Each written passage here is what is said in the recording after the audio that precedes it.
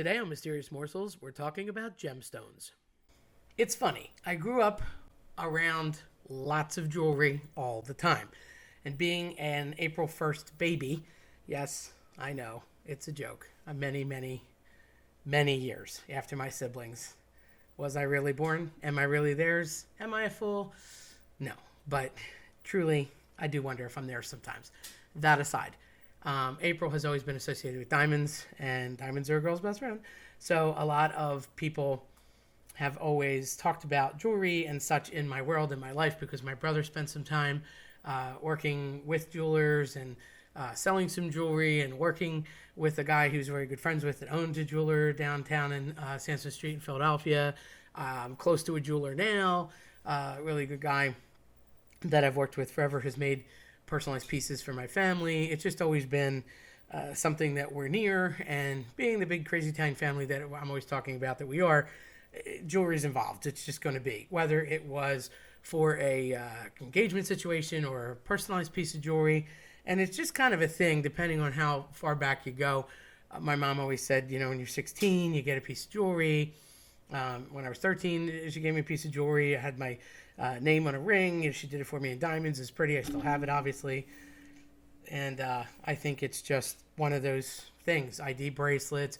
You give people best friend charms, different chains, and that's anything. You could do all sorts of personalized jewelry or watches or rings or whatnot. So jewelry's always been part of my life, and obviously in that jewelry, usually you have some gemstones. Now, of course, you could go rubies, emeralds, diamonds, and all the really high-end things, and that's what everybody always looks for. But some of the precious gems or gemstones that have come along are really neat, even if they are synthetic, and they've gotten just as much attention over time.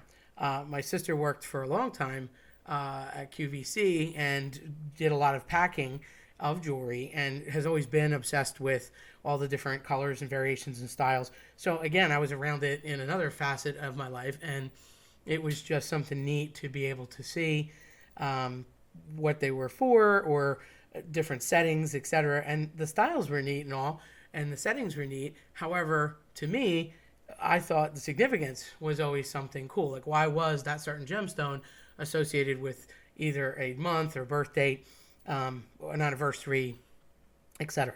So made a little list here. Obviously, there's 12 of them. January, starting off any year, garnet is the theoretical stone for January.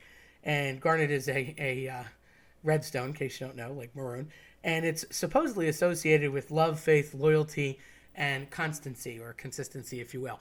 And that's just the traits associated with the stone. Now, that's not to say that horoscope-wise, totally different animal there is necessarily those traits. They aren't not necessarily intermingling, but they are the traits of the stone. So if you wear that stone, and that stone represents your month, you probably have some overlapping qualities, but that's what the stone is said to bring to the table. February is actually an amethyst, and it is associated with protection, humility, and spirituality. And maybe some of these things fit for you, and maybe they don't. And some people don't wear things according to their birthstone. They just wear things they like, and that's fine too. But you might find some overlap in your own personality if you think about this list. With the people in March, although you would think it would be green just based on St. Patrick's Day and whatnot, but no, it's actually an aquamarine, which is a blue stone, and that is supposedly associated with youth, love, and hope.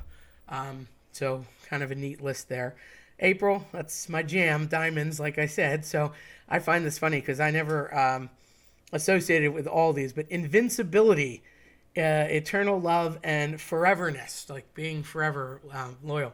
I think that's really funny for me, because I agree with all that. I don't know about the invincible part, but based on 9 Lives podcast a couple of weeks ago that I did, I'm a little concerned because I keep popping up like a cat. They haven't got me yet. So maybe there is something to the sense of invincibility. Who knows?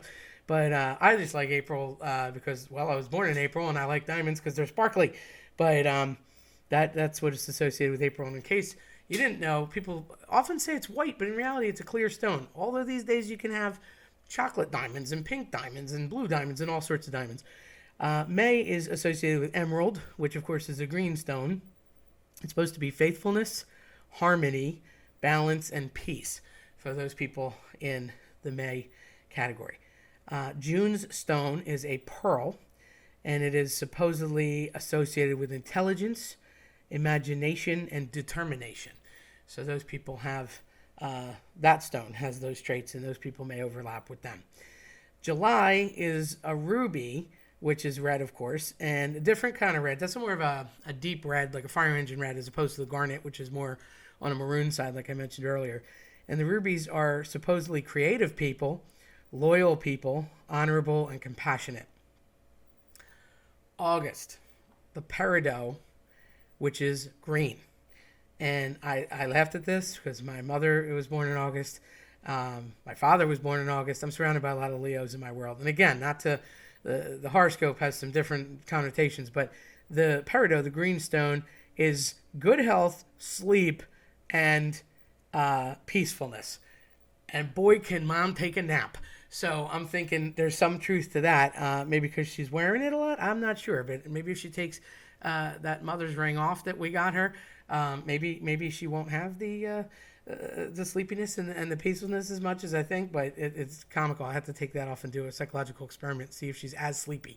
But boy, can she nap.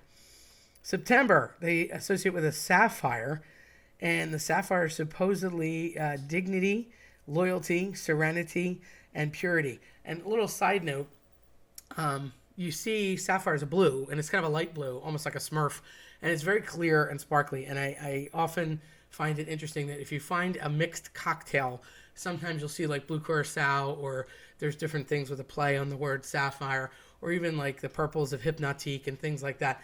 Different brands of liqueur and different brands of liquors are made with these funky colors, and sometimes the color is just a psychologically play on your mind, because they say, if you remember back from my Psychology of Colors episode, the blue is tranquil, and generally everybody on Earth, allegedly, I haven't polled them to find out, but everybody on Earth supposedly has at least one really good liking of at least one shade of blue.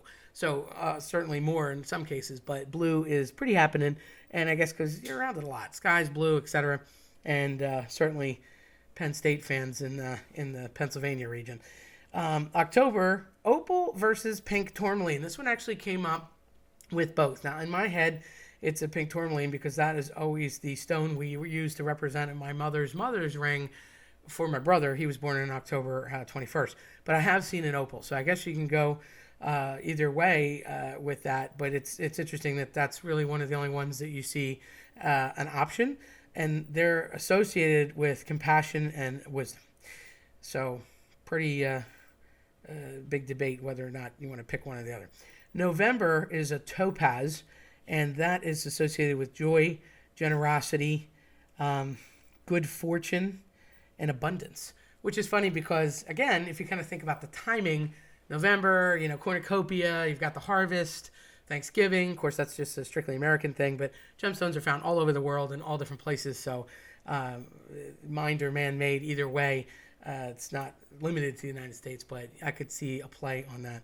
Finally, December is considered the blue zirconia. Protection and prosperity and purity are associated with those stones. So just a brief list. Thought it was cool. A lot of different things with that. And again, not interlocking with the horoscope, but could overlap, and you might find some traits. Just I have to think about if you do have a piece of jewelry that represents your birth month, and when you wear it, do you find that you're exhibiting those traits? If you took it off, are you not? Or are you just in liking of the color? Maybe you don't like it at all, and you just went off the board and got a different one. But as far as sparkly and interesting goes, gemstones are certainly colorful and neat, and something to have in any capacity. So hopefully you enjoyed today's episode, and I like to put some things together like this for you because I find them conversation pieces and intriguing. If you like this type of content, scare the like button into turning blue and subscribe. Don't forget to hit the notification bell so you don't miss out on future videos. Thanks for watching.